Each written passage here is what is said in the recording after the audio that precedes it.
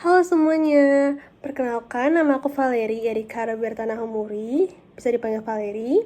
Dan hari ini aku akan membahas mengenai hak asasi manusia atau disingkat HAM.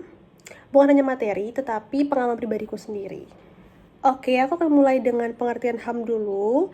Jadi HAM itu adalah hak yang melekat pada setiap manusia sejak lahir, tanpa membedakan suku, agama, ras, gender, ataupun status sosial lainnya. Nah, dalam kuliah selama 1 semester ini, saya belajar bahwa HAM itu mencakup hak untuk hidup, hak atas kebebasan berpendapat, hak untuk mendapatkan pendidikan ataupun pekerjaan yang layak. Di Indonesia sendiri, jaminan hak itu tercantum dalam Undang-Undang Dasar 1945, pasal 28A hingga 28C. Oke, jadi aku akan menceritakan pengalaman pribadiku terkait HAM ini. Jadi aku sendiri pernah menyaksikan situasi di mana temanku ini dibully atau dirundung oleh temanku yang lainnya. Anggapan saya temanku yang dirundung ini A, dan teman yang membuli ini adalah B. Jadi si A ini merasa bahwa ia tuh harus menuruti semua permintaan temannya alias si B ini, seperti menyuruh untuk mengerjakan tugas-tugasnya atau membawakan barang-barangnya ataupun membelikan makanan di kantin, dan semua itu dituruti oleh si A. Dan terlihat si A ini tampak takut untuk kehilangan temannya si B ini, sehingga ia itu cenderung patuh seperti itu meskipun diperlakukan tidak adil.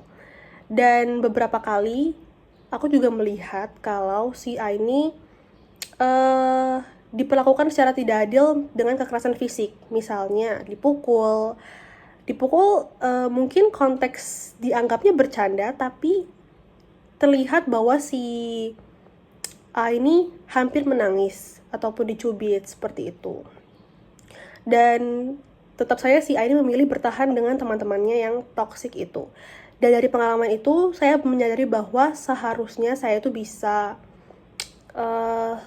lebih tegas lagi dan lebih menyadari bahwa ternyata hal-hal seperti itu tidak wajar dan harusnya bisa menolong ataupun bisa menyuarakan bahwa itu adalah perilaku membuli, seperti itu.